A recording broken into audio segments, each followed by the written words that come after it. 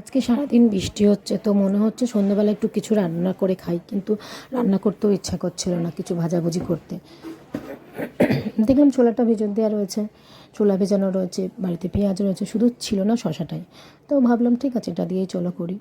তো ছোলা নিলাম, পেঁয়াজ নিলাম, লঙ্কা গুঁড়ো, বিট নুন, একটু জিরে গুঁড়ো দিয়েছি, একটু চিলি সস দিলাম, একটু কাসুন্দি দিয়েছি, একটু আম তেল দিয়েছি, সর্বশেষ দিয়েছি এক মুঠো বাদাম আর এক মুঠো চানাচুর, আর কিছু আলু টুকরো টুকরো করে কেটে সিদ্ধ করে সেটাও দিয়ে ভালো করে মাখিয়ে নিচ্ছি।